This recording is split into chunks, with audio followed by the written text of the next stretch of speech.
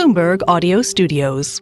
Podcasts, radio, news. We are now joined by the firm's chief legal officer, Paul Grewal. And, Paul, we really do have a sense here of the new strategy by former President Trump into his presidential candidacy here, or the bid he's putting in. But we don't know much about the Harris campaign. But you have been, from what I understand, more in touch with that side of the election here. What do they say? Well, good morning. We've been in touch with both sides, both the Trump campaign and the Harris campaign, as they develop their crypto policies and begin engaging with the crypto voter. And I will say that certainly the Trump campaign has been more explicit in embracing specific concrete proposals for crypto and digital assets more generally. But we've been encouraged that even as the current administration under Gary Gensler continues with its campaign of regulation by enforcement, the Harris campaign, which of course stands separate from the administration, has reached out, has expressed an interest, and has begun discussions about what a new approach to crypto and digital assets could look like. That's fascinating. And what does it mean for the people she might have at the top? You mentioned Gary Gensler here, but under a potential future Kamala Harris presidency, you might have different leaders when it comes to regulation. What did she say?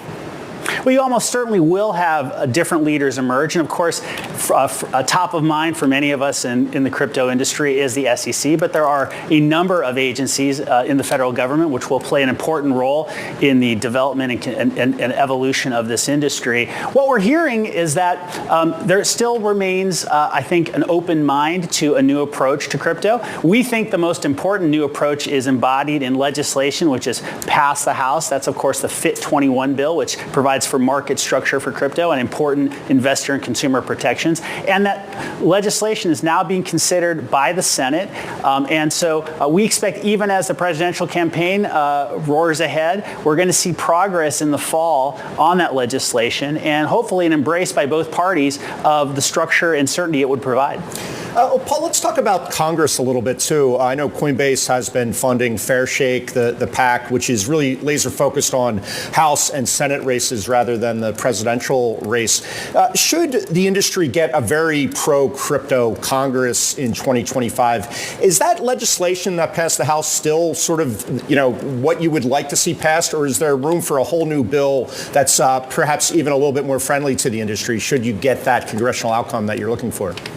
Well, no legislation is perfect, and FIT21 is no exception to that. But it's a strong bill, which includes the most critical protections for market structure. And I think there's no question about it. We are going to see a pro-crypto Congress emerge, regardless of the particular outcome in individual races and, of course, the outcome in the presidential race. We've seen evidence of this. 71 Democrats joined with almost every Republican in the House in supporting FIT21. And we're now seeing Democrats in the Senate, whether it's Senator Gillibrand, whether it's others on the Senate Banking Committee, express a real interest in moving forward with that legislation. Senator Stabenow, of course, in the Agricultural Committee. We're just pleased to see now members of both houses and on both sides of the aisle understand that 52 million Americans or more who have bought or sold a digital asset are expecting the Congress to do its job.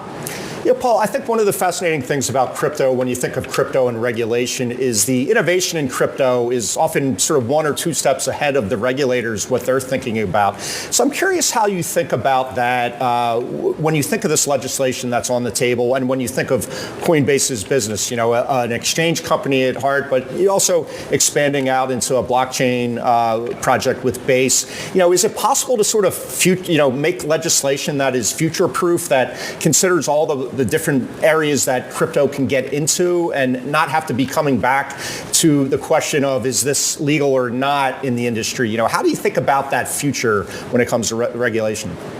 Well, what's very interesting is that while the innovation almost always does race ahead of the current state of the law, it hasn't raced ahead of the sentiment among millions of Americans that they want to see digital assets, cryptocurrencies, other blockchain-based technologies as part of their financial future.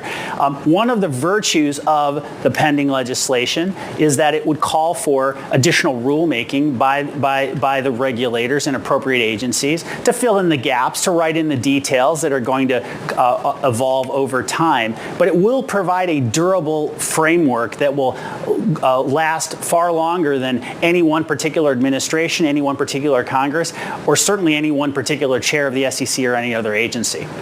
It's interesting because we talk about all the players in Washington here that are needed really to change the tone, and Congress is a big, big part of that. You've been spending a lot of time in Ohio, as I understand it, and it's really interesting. Ohio, of course, you have a senator that has very long been a very vocal point of that Senate Banking Committee, really the committee here that has a very close relationship to the SEC and its own oversight.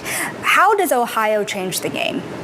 Well, as an Ohio native, I certainly pay a lot of attention to my home state. But putting that aside, Ohio is, I think, a critical battleground for the future of crypto and the future of durable, sustainable crypto legislation.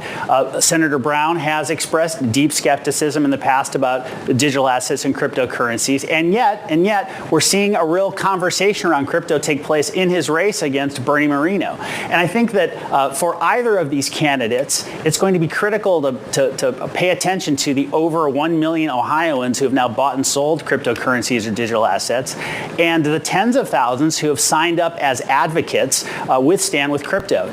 The people who have said, we want to have a crypto dialogue in the political dialogue, and we're going to vote on this issue. So I think for both Senator Brown and for Mr. Moreno, it's going to be critical to pay attention to what their voters want. Paul, quickly, we started off this segment with that quote from Donald Trump promising to fire Gary Gensler. I'm wondering if that happens, are there any names sort of floating around in your circle of who you'd like to see get that job? Well, there are certainly all sorts of names that have been floated. We don't have a particular view on which of those individuals might make the best SEC chair. I think regardless of particular names or particular individuals, what's critical is that we have an administration that is committed to sensible rules for crypto, and that in nominating someone as chair of the SEC or in confirming someone on behalf of the Senate Banking Committee, that their views on crypto be a critical part of the conversation, and that their understanding that crypto needs to be part of our financial future be a critical criteria.